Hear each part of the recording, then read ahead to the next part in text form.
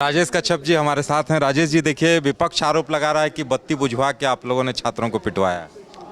देखिए, हम छात्रों को कोई आतंकवादी थोड़ी कह रहे हैं, छात्रों को हम उग्रवादी थोड़ी कह रहे हैं, छात्रों को हम असामाजिक तत्व थोड़ी कह रहे हैं। ये लोगों का फितरत है, भाजपाइयों का फितरत है। जिस प्रकार से नीट पेपर लीक में कांटी लगा लगा करके छात्रों को मारा, पैलेट गन चलाया, बिहार में तो AK-47 चलाया। आप देखेंगे 6-7 बजे तक प्रोटेस्ट स्टूडेंट के हाथ में था, प्रोटेस्ट स्टूडेंट के हाथ में था। शांतिपूर्ण तरीका से उन लोगों ने किया, धक्का मुक्की हुआ, हल्का फुल्का बल प्रयोग हुआ, लेकिन उसमें किसी को चोटिल नहीं लगा। 8 बजे के आसपास में, 7-8 के आसपास में छात्र भी थक चुके थे, सुबह से भूखे थे।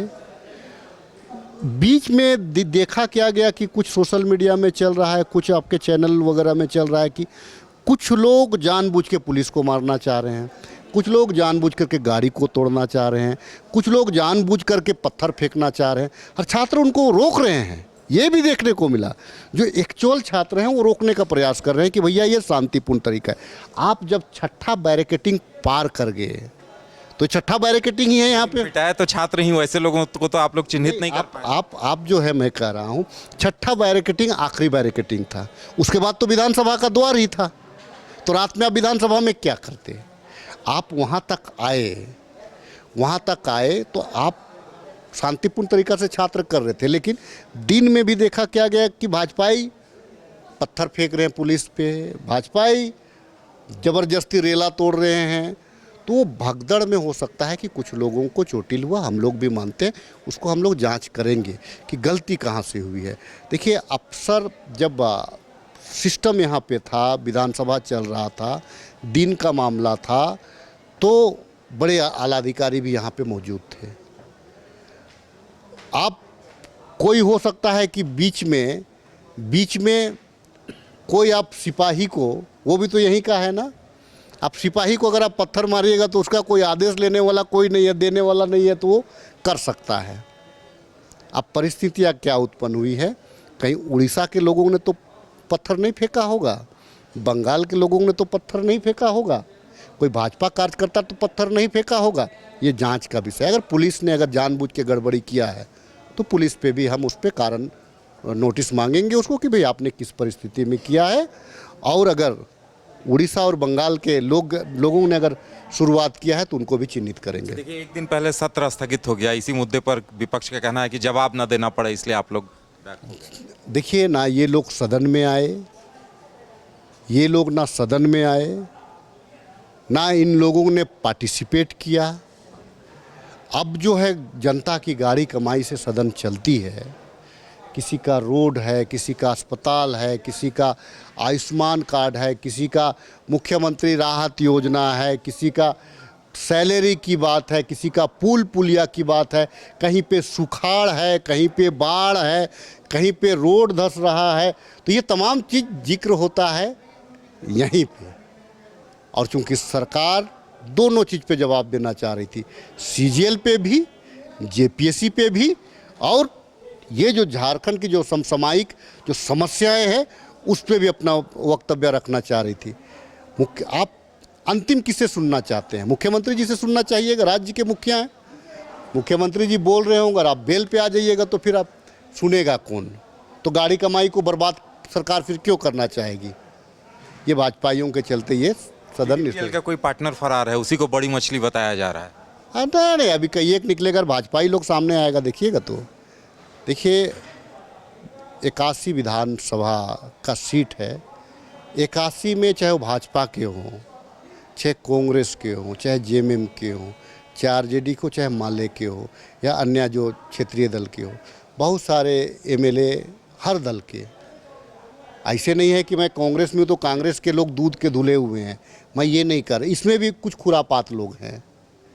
भाजपा में ऐसे नहीं है कि हर लोग जो है कि धर्म का चाशनी से या विरोध की राजनीति से अपनी राजनीति करना चाहते हैं, नहीं, उसमें भी बहुत सारे लोग क्षेत्र का विकास और राज्य का विकास चाहते हैं।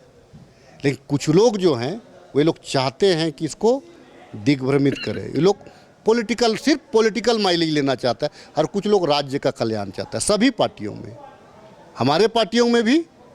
अब सीजीएल पे क्या कहेंगे आप छात्रों को? देखिए, अगर सीजीएल में देखिए तह तक अभी जाया जा रहा है। सीजीएल का मामला पहले छात्र किसका है? अगर डे वन आप अगर उनका अगर आंदोलन देखिएगा तो जेपीएससी पे आया उन लोगों का मामला। सीजीएल 2 दिन तक जिक्र में भी, चर्चा में भी नहीं था। तीसरा चौथा दिन होते होते सीजीएल का मामला आया। जब अभय तिवारी का मामला आया तो सीजीएल का मामला आया। तब जाहिर सी बात है कि अगर अभय तिवारी सीजीएल में घुसा है, अपने रिश्तेदारों को घुसाया है, तो हम सीजीएल की भी जांच करेंगे। जब जांच में गड़बड़ी आएगा तो उसको भी रद्द करना पड़ेगा, तो रद्द करना चाहिए सरकार को।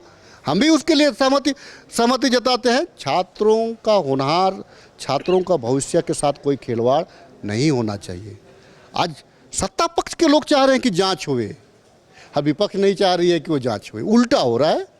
सत्ता पक्ष के लोग चाह रहे हैं कि दूध का दूध और पानी का पानी हुए, और विपक्ष के लोग चाह रहे हैं कि नहीं भाई हम सीबीआई। इसीलिए वो लोग डिमांड कर रहे हैं कि अभी तक 125 के आसपास में पूरे देश में, मुझे लगता है, मैं कुछ पत्रिका पढ़ रहा था तो उसमें 125 के आसपास में, थोड़ा मोड़ा कम, सीबीआई के पास में आपका मामले लंबित है। एग्ज़ाम को लेकर के मैं बात कर रहा हूँ, करीब 125 के आसपास में मामले लंबित हैं। उनका निपटारा नहीं हुआ है। तो बीजेपी जानती है कि केंद्र में उनके आका बैठे हुए हैं, इन्वॉल्व ये हैं एजेंसी के साथ मिले जुले। सीबीआई को चला जाएगा तो कम से कम जांचवा तो रुक जाएगा। उसके बाद में सीबीआई का मजबूरी होगा कि 2002 और 2004 का जेपीएससी का खुलासा करते करते 5 साल निकल जाएगा। तो जो अभी इसने सेटिंग किया है वो 15 साल। सीआईडी का खुलासा कब तक होगा? क्या आज भी हुआ ना, आज भी हुआ।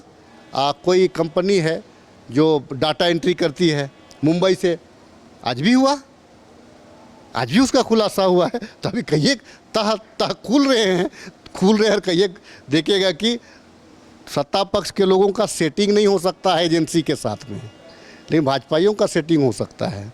इसीलिए वो चाह रहे हैं कि भाई इसका जांच ही ना हो। चलिए, तो इनका कहना है कि बहुत जल्द खुलासा होगा, छात्रों को न्याय मिलेगा। सीजीएल हो या जेपीएससी हो या जितनी भी गड़बड़ियां हो, सब में न्याय मिलेगा। इंतजार कब मिलेगा इस बात का होगा। कैमरामैन राजबल्लम के साथ उदय शंकर, न्यूज़ बाइस्कोप, रांची। घर रहने का मकान भर नहीं, ये खुशियों की तिजोरी है। दरवाजे पर दस्तक देता पड़ोस, खिड़कियों से उमड़ आता आसमां, तारों में उलझी ऐसी ना जाने कितनी दास्तां। कहती हैं चले डायमंड सिटी, एक सफर हम सफर के साथ अपने घर तक। Diamond city, life long bonding, 500 से ज्यादा खुशहाल डायमंड परिवार। जल्दी करें, सिर्फ 200 फ्लैट बाकी। आज ही बुक करें अपना आशियाना।